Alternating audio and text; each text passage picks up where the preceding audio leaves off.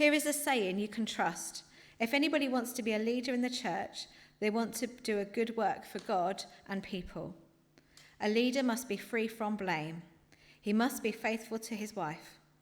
In anything he does, he must not go too far. He must control himself. He must be worthy of respect. He must welcome people into his home. He must be able to teach. He must not get drunk. He must not push people around. He must be gentle. He must not be a person who likes to argue. He must not love money. He must manage his own family well. He must make sure that his children obey him, and he must do this in a way that gains him respect. Suppose someone doesn't know how to manage his family, then how can he take care of God's church? The leader must not be a new believer. If he is, he might become proud. Then he would be judged just like the devil. The leader must also be respected by those who are outside the church. Then he will not be put to shame. He will not fall into the devil's trap. In the same way, deacons must be worthy of respect. They must be honest and true. They must not drink too much wine. They must not try to get money by cheating people. They must hold on to the deep truths of the faith. Even their own minds tell them to do that. First, they must be tested. Then let them serve as deacons if there is nothing against them. In the same way, the women must be worthy of respect. They must not say things that harm others. In anything they do, they must not go too far. They must be worthy of trust in everything. A deacon must be faithful to his wife. He must manage his children and family well. Those who have served well earn the full respect of others. They also become more sure of their faith in Christ Jesus.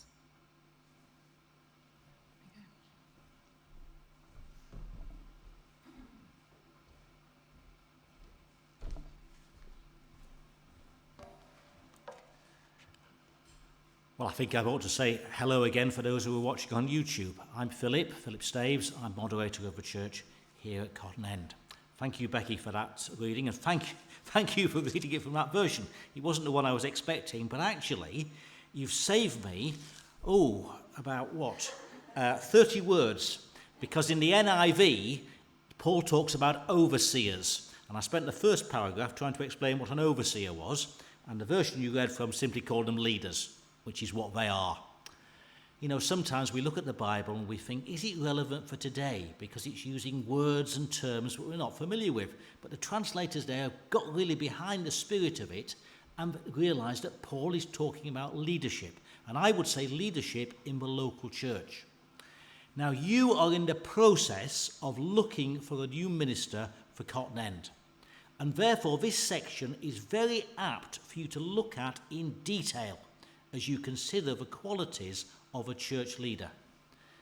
From elsewhere in the Bible, we know that ministry must come as a call from God. When I went into the ministry, which is, goodness me, over 30 years ago now, I'd been a school teacher first and then I trained for the ministry. There were certain fleeces I put down in the way. Lord, if you answer this prayer, then I'll go the next step and the next step. And, it went on. We prayed on one evening, Laura and I, that I would have opportunity to preach. I'd taken some services, but I hadn't spoken for a while. We prayed that one evening at about 6 o'clock. By 6:30, the phone had rung, and it was the Baptist church in March in Cambridgeshire, asking me to come and take a service. I'd never even heard of a Baptist church in March. Wonderful the way that prayer got answered. And the final thing was, I said, Lord, the one thing I don't want to take are funerals. I don't want to take funeral services. Well, it's the way God goes before you, because in my career I've probably taken more funerals than most ministers. Certainly when I was at college I took more funerals than the rest of my batch put together. It's the way God goes before you and leads you in that. And quite frankly, funerals are a real privilege to be able to take. So the first thing is there must be a call from God. The second point, there needs to be an inner desire and a conviction by the individual concerned. And hence Paul writes, anyone who sets his heart on being a leader desires a noble task. And we might add, a place of heavy responsibility. So first there has to be a call from God, and then secondly there's got to be this inner desire and conviction from the individual, and third, the candidate must be screened by the church as to whether they meet the requirements that Paul now goes on to give. The general requirement is that the leader must be above reproach. Now, I know that many churches set extremely ambitious standards when looking for a minister. But friends, a faultless minister would be impossible to find this side of heaven. And Paul would be the first to admit that. So when he writes that the leader must be above reproach, he doesn't mean perfect. J.B. Phillips, in his paraphrase, put it like this: he must be of blameless reputation. When you apply for a job in the secular world, the process is quite involved, as lots of you will know. I've taken on members of staff while working for the NHS, and the process has taken hours. Then, after an interview and choosing a candidate, we'd take up references. Now, I'm not suggesting that this is true of Cotton End Baptist Church, but sometimes I come across churches and situations where there's a feeling that such secular things and models of a business world are not needed in the church. I think they are.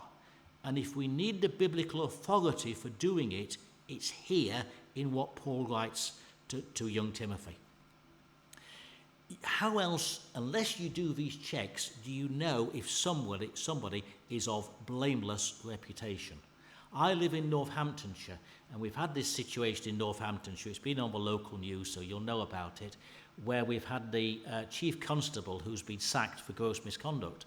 Now, I met the chief constable 6 years ago when he was appointed, and my dad had been a police officer, so I know a little bit about the police, and I thought, what a smashing guy. And I know that lots and lots of his officers really valued him as chief constable and respected him. And for this to happen, I'm still trying to get my head around it. But I know one thing: they can't have checked his record, particularly when they appointed him for that post, if all these things have now come to life. Anyway, Paul goes on to list some of the characteristics of a leader. If you count them, there are 15 things mentioned, although I think several of them can be linked together. But before I embark any further, I want to make this absolutely clear. I do not see this as a blueprint for a male-only clergy. Paul uses the male term when writing about leaders, as that was appropriate for his situation. Now, I haven't the time this morning to talk for long about this, and I'm not going to talk about the section that follows, the bit about deacons. But from the bit that follows about deacons, it's clear to me that Paul doesn't limit it just to men. He also talks about women. And I think the same is true with leaders in the church, the minister. I know this is an area where some people have very strong views. So do I. I'm married to a minister, so I have strong views about it. I think it's a call for both men and for women. You know, sometimes people say, "Oh, well, the Bible's quite clear about the role of the man." The Bible talks about slaves and masters, as if that arrangement is okay. And we in the 21st century find such things abhorrent. In fact, how can we in the 21st century challenge modern-day slavery and proclaim that all people are equal if within our own church structure we deny women the right to be ministers or other positions? I'll leave it there. I could go on, but please discuss it with me afterwards if you'd like to. For the sake of clarity this morning, I'm going to go along with the text and say he and husband rather than try and use non-specific terms. But in our times, the situation could be both. The first thing is that he, and as I say, I'm using the male term, must be the husband of but one wife. Well, that's obvious, isn't it? For we don't practice polygamy. But let's be careful. this isn't a first century idea we can ignore. For in truth, polygamy wasn't practiced much in first century times, and Roman law forbade it. And there's no evidence that the early Christians had more than one wife. So why does Paul put it down specifically as the first thing? If it's not to do with polygamy, is it something else? It could mean that a minister, if he loses a wife through divorce or death, he shouldn't marry again. Well, as Jesus and Paul elsewhere allow for divorce and remarriage in certain circumstances, I cannot think that one rule is for members and another is for ministers. What Paul is driving at here, I think, is that a leader must be faithful to his one wife. In the area of sex and marriage, he must be a man of unquestionable morality, entirely true and faithful to his partner. And I also think he mustn't be so absorbed with his church responsibilities that he forgets his duties to love and care for his wife. I think that's what it's about. That takes care of the first test. The next three words in my version are temperate, self-controlled, and respectable. And I think we can string those together.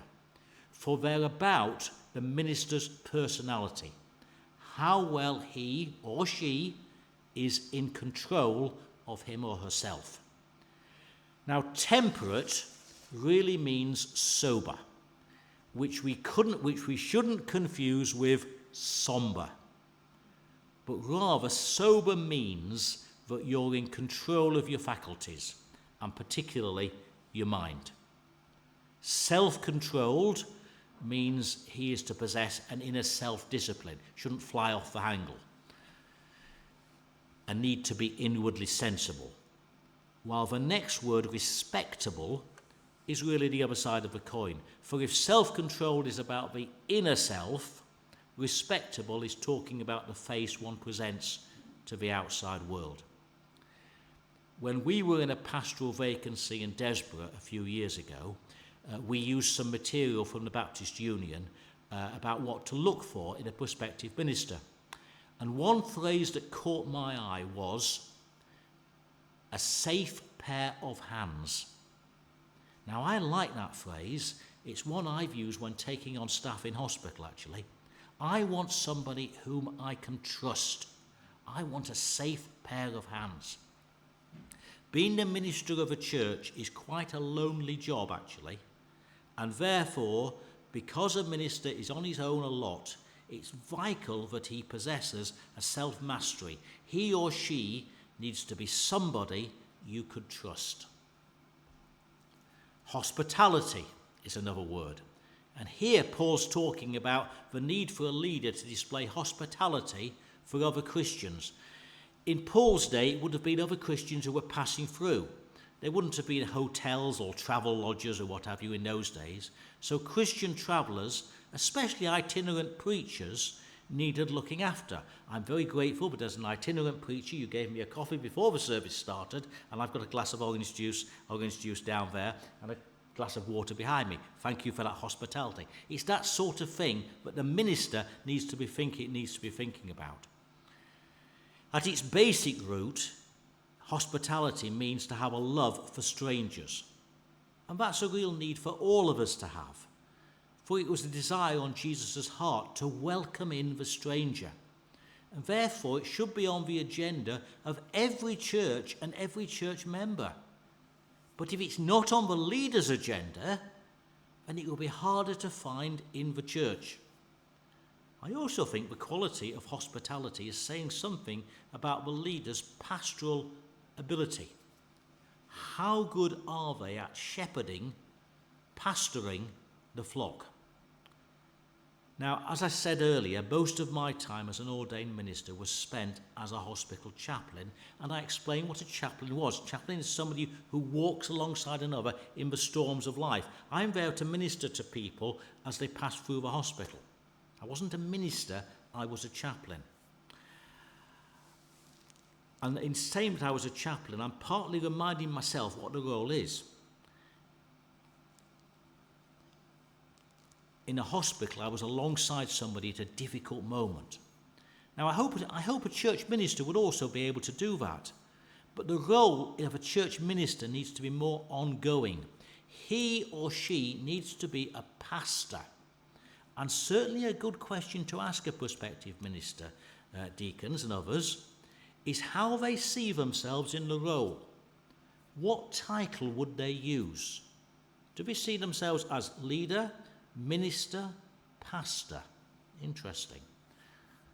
I think you need a pastor. Then we come on to something that surely must be there, the leader's teaching ability. He must be able to teach, or to put it another way, he needs to be an apt teacher. When we had the printed Baptist Times, the newspaper, some years ago, there were often letters in the letters page under the heading, Teaching and Preaching at the Expense of Pastoral Care. And one I remember from Name and Address Supplied said, quote, "My minister spends more time with his computer mouse than he does with his flock." Yes, you need a pastor. You also, of course, need somebody who is able to teach. They've got to be able to teach and pastor, but they've got to set a balance between the two. Please be aware that one service done on your own can take a whole working day to prepare. Now, it will vary from week to week, of course, but for myself, a service probably takes 8 hours to fashion, although I, like most people, tend to spread it over several days, if not several weeks, actually. It's wonderful that you've got a worship group, and how lovely you've led us this morning here in the church, and that would be a help to any new minister. But remember that a Sunday service, even just preaching, takes preparation. Now, I'm not sure if Paul is giving any particular order to these qualities. I doubt he is. But the important thing is that these things are there and cannot be overlooked. The next qualification for a leader is that he mustn't be given to drunkenness nor violent. Now, perhaps those words are more of a commentary on life in the first century, and if so, it's a sad reflection on the culture of that day, that such a warning would have to be given concerning church leaders. Let's move on. To counter the negative, that a leader must not be violent, Paul adds a positive note. He must be gentle. The Greek word is one of those that's difficult to translate with a single English one. So you'll find various translations saying that the leader needs to be gracious, kindly, forbearing, considerate, magnanimous, I knew I'd have a bit difficult here. Magnanimous, I've said it, magnanimous or genial, right? If we could mix them all together, that's what Paul is getting at. A person who has those qualities, whether pastor or not, should not by nature be violent or quarrelsome. And the next quality, again, is another word in my NIV that needs a little unpacking. I don't think it means he must just avoid arguments, for there are times when one does need to gently argue a point. Rather, it means he mustn't look for an argument. One translation uses the word he must be uncontentious. And I'm happy to be uncontentious and agree with that and move on. The next point is that he mustn't be a lover of money. Now, that's very sensible, for you can never become rich as a church minister. But also, it's like the relationship quality earlier on, that the man should be the husband of one wife and faithful to her. Now, there are lots of temptations in ministry, and if you think of newspaper headlines when a priest, vicar or minister is defrocked, they are usually about two things. Either it's a sexual infringement, he's run off with the organist's wife, or the minister has had his hand in the offering box. The opportunity is there, and if one is tempted by the love of money, he or she should stay away from the job. And next, we come to a condition that takes 2 verses to explain. He must manage his own family well and see that his children obey him with proper respect. If anyone does not know how to manage his own family, how can he take care of God's church? And straight away, we come up against a 21st century issue.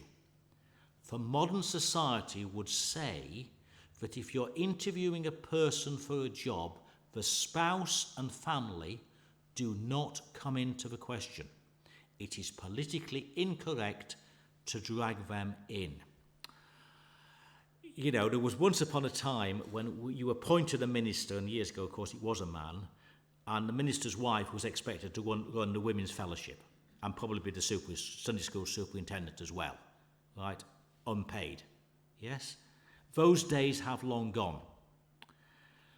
My advice to you would be that if you're interviewing a person for the pastorate and the partner and the family keep their distance and don't want to be involved somewhere along the way, then alarm bells should ring.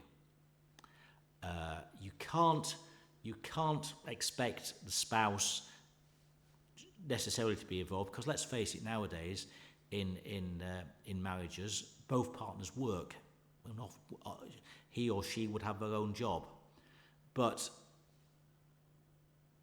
somebody who doesn't want to be involved at all, I think alarm bells should ring.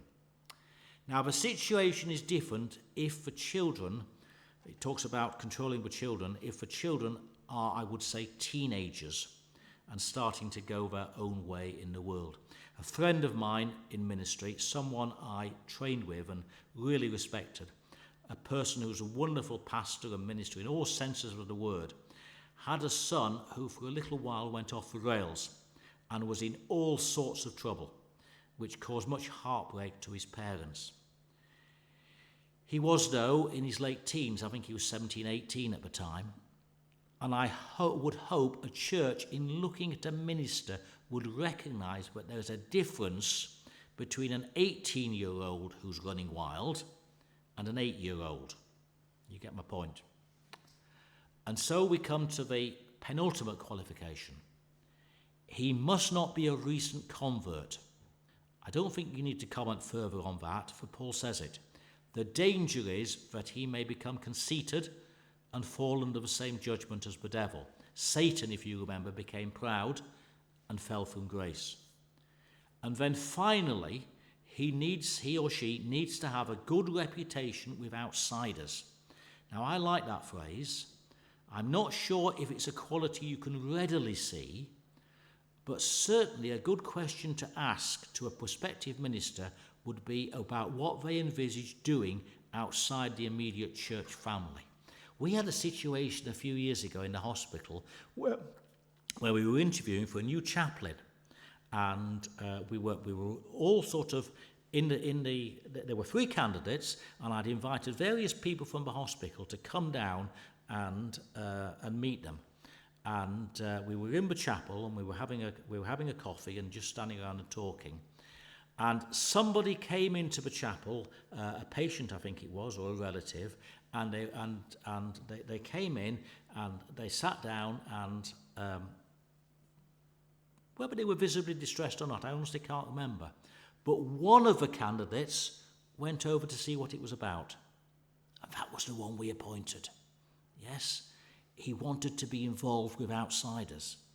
Now, I would say if a minister has no interest in the outside community, it's unlikely that they would gain a good reputation with outsiders. A church that's not involved with its community is a dying church. Now, you here are not in that category, and I've been delighted to discover all the various things you're doing in the 6 months I've been working with you. You are not in that category, but for the same reason, I'm sure you'd all agree with me, the standing you have in the village and in the community round about owes a lot to the work that goes on out there and very little about what goes on in here. I've met lots of people in hospital who've said to me over the years, if I had £1 for every time somebody said this to me, pocket would be jangling. They've said to me, oh, I used to go to church years ago, but they can't tell me now about the current vicar or the minister. They never see him or her. How sad.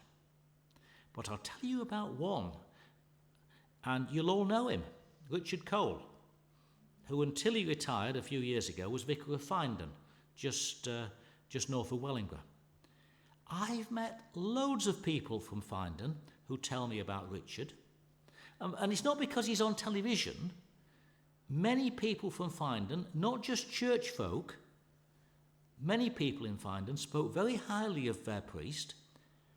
Nobody's told me about his services particularly, or his preaching, or actually his lifestyle. But what they do tell me is that he's very, very approachable. He was visible in the community. If there was the village fete or anything going on at the school, he'd be there. And people liked that. So that concludes our look at overseers, leaders, and the characteristics that the church minister should possess. Now, obviously, Paul was speaking to a first century situation, and I don't doubt that if he was writing nowadays, he probably wouldn't use exactly the same language. But I think the ideas behind what he's saying would be largely the same. And therefore, friends, I commend this passage in 1 Timothy to you as worthy of study as you call a new minister to Cotton End Baptist Church.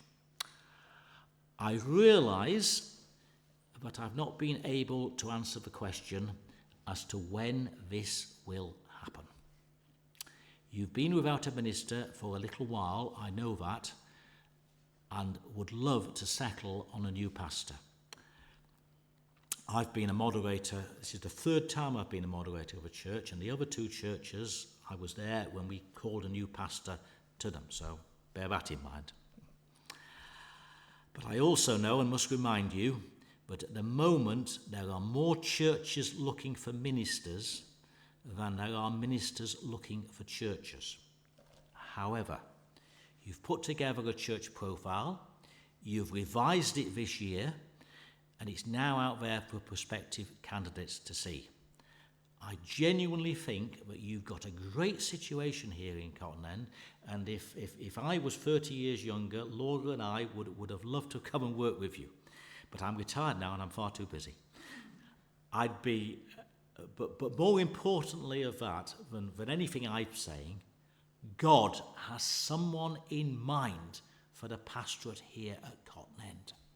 And at just the right time, God will bring church and minister together. He'll bring them together to make a marriage that's made in heaven. May God bless you all. Let me just pray.